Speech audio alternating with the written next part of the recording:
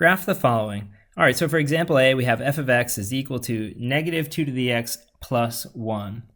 So this is basically a transformation of the basic graph 2 to the x. The graph of 2 to the x would look something like this, right? Basically, it would have an intercept there, and it would do something like that, right? Now, if you add 1 to the back of it, you're moving that point up one location, so this graph will shift up 1 unit. So it'd be literally like doing something like that. And then, of course, if you throw the minus in front, it's a reflection downwards, right? So that means that it's going to do something like this instead, you know. So again, it's just a sloppy drawing there a little bit, but that's basically the idea that we're trying to convey, something on the order of that. That's the general look of the graph. So it's going to be going down. That'll also give you an idea of what the domain and range are, but we'll talk about that a little bit later. So let's first kind of figure out where the asymptote for the graph would be. So if you put in exponent values here that are very, very small, like negative 1 million, for example, you'd end up having negative 2 to the negative 1 millionth power, right? And that's a very small number because it'll be negative 1 over 2 to the millionth power, right? Because we want to make the exponent positive, so we bring it down below. So this thing is huge, this number. It's going to go into 1, making this approximately 0. So I would say that in absolute value terms, the smallest this guy ever becomes is 0, right? Of course, it won't actually equal to 0. It'll only be approximately 0, but the point is it's going to be something we can pretend that's 0. And if you have plus 1, that means the overall function's value is 1. Now, this turns out to be the maximum for the function. The reason why it's going to be a maximum is because this negative sign is going to make all the other values where you'd have 2 to the x becoming normally large. When you put a negative in front of those values, they're going to get small. Does that make sense? So for example, if I had 2 to the 10th power, that's normally 1024, but because I'm putting a negative in front, it becomes negative 1024. So the maximum value is actually going to be 1 for this function, because when this term approaches 0, then you add the 1, you'll get 1, right? Now, when that's not 0, then it's going to actually get smaller than 0. And the reason why smaller than 0 is because, of course, if you plug in something like 10 for the exponent, you'll have 2 to the 10th, which is 1024, but then you'll throw the minus in front, making it now negative 1024.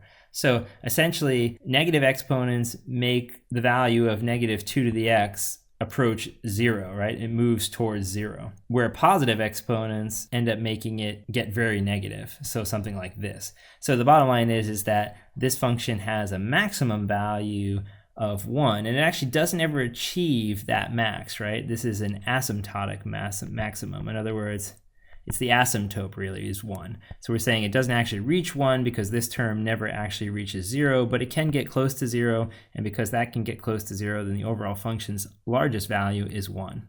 Okay, so let's talk about that then. If that's the case, then we're saying that there's an asymptote here that the graph will hug. Now, from there, the rest of it is just a matter of plotting points and then maybe discussing the domain and range. So let's plot some really basic points here. If I let x be negative 2, negative 1, 0, 1, and 2, what happens? Well, if it's negative 2, I end up with negative 2 to the negative 2 power plus 1. That is the same as negative 1/4 because 2 squared is 1/4. Then plus 1 will give you 3/4, right? So this will be 3/4. If I change that to negative 1 instead, then that would be the same as negative 1/2 plus 1 is going to give you just positive 1/2. If I make that 0, I'll have negative 2 to the 0 plus 1, which is going to be negative 2 to the 0 is 1, and then negative 1 plus 1, of course, is 0. Then if I plug in 1 for the function, I'll have negative 2 to the 1 power. That's going to be negative 2 plus 1, so I'll have negative 2 plus 1, which of course gives me negative 1.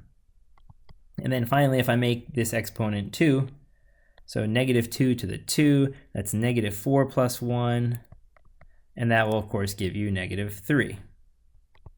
Okay, once you have those, we can plot those points. So if you have negative 2 3/4, that's maybe about here. And then if you have negative 1, 1/2, that's here. And if you have 0, 0, that's here. So 1, negative 1 would be here. And then 2, negative 3 is 2, negative 3 about there. All right, so that's basically the drawing that we almost showed before, kind of with that quick sketch. So it's heading down forever towards negative infinity. All right, so if you think about the domain and range, then it should be pretty easy. We can say the domain is certainly all real numbers because there are no fractions or radicals in this function to cause any problems for us. So we can put anything we want in for x, no restrictions on x. And the range, well, we can see from the graph that positive 1 is sort of a maximum, and then it goes down to negative infinity. So we'll say from negative infinity up to 1, but we won't include 1 because remember, it can't achieve the asymptote here because negative 2 to the x will never actually be 0, right? So it'll be something close to 1, but not actually 1, so we round the 1 at the end, and we'll go all the way down towards negative infinity, so that's the range. So the domain and range are there, the asymptote is labeled, you have the points, you have the graph. Example A is done. Let's look at example B. For example B, we have a similar idea. Remember, 3 to the x and 2 to the x are very similar graphs, so it's similar to the same idea. We're making a transformation occur. So a little bit of detail here that's important is that if we had the regular graph of 3 to the x, again, we'd have something that looks like this, right? But here they're putting this minus 1 at the end. That's going to move the graph down one step, so maybe it's going to do this now, right? But then they have this minus placed in for the x this time. So this isn't a reflection kind of across the x-axis, it's a reflection across the y-axis. So that means we're expecting this graph to kind of do this instead. We expect it to flip around in that direction. So we're expecting the graph to look something like that. Again, let's confirm that by actually plotting points and getting the asymptote and all of that. Okay, so let's again think about that asymptote issue. No matter what you put in for x, the smallest value that this term could ever approach is 0, right? That's the smallest. It won't actually get to 0, again, as we talked about that, but no matter what you put in for it, it won't get any smaller than 0. And then if you take 1 away from that, this thing has negative 1 kind of as your asymptote. So at negative 1 on the y-axis, I'm going to plot a little dotted asymptotic line there. Okay, so there it is. We know that it'll hug that line in some way. Now, from here, let's go ahead and plot some points. So basically everything's going to kind of flip around here. So if I do my points, let's go ahead and do them in an untraditional way. All right, so instead of doing negative 2, negative 1, 0, 1, and 2, let's do 2, 1, 0, negative 1, negative 2. You don't have to do this, but by doing this, it's just going to kind of follow the standard pattern that it normally does. And the reason why I say that is because when you plug 2 into the function, you're going to have 3 equals negative 2 because of the negative sign, minus 1. So this is like plugging in negative 2 to the normal function 3 to the x, right? All right, so 3 to the negative 2 is going to be 1/9 because we know we could rewrite that as 1 over 3 squared. And then minus 1 would basically be the same as saying 1/9 minus 9 over 9. So in the end, you'll have negative 8/9, right? Negative 8/9. Okay, so negative 8/9 is the answer for that one. Let's go ahead and do the same thing, but we're going to plug in now 1 for the function. So if we put in 1 here, we'll have 3 to the negative 1 minus 1. That's the same as 1/3 minus 1, which is negative 2/3. And if you plug 0 in for the function, negative 0 is the same as just 0, right? So that's 3 to the 0 minus 1. That's the same as 1 minus 1, or 0.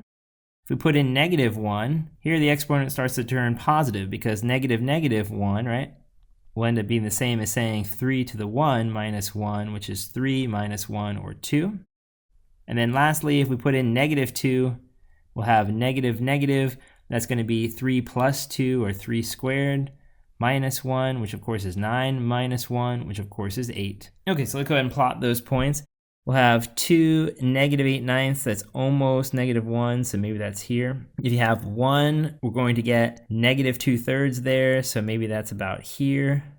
And then if you have 0, 0, that'd be about here. Then negative 1, 2, so negative 1 up 2 now, so we're here. And then finally at negative 2, you go up to 8. So maybe about twice as far up here as this, so maybe around here or so. And that's basically it. If you plot those points, or connect the dots, I should say, you'll end up having a function that looks like this. Okay, and then just talking about the domain and the range here, we can see that the domain, again, will be all real numbers. There are no restrictions here, so from negative infinity to positive infinity. And the reason why is there are no fractions, no radicals, nothing that can cause a problem for us when we plug in x. But the range is actually going to be from what? Looks like negative 1 up to positive infinity. not including -1, because again, we can't reach the asymptote, but we'll hug it forever and get very, very close to it. So that's the domain, that's the range. You have your asymptote, you have your points plotted, and you have basically a quick sketch of the graph.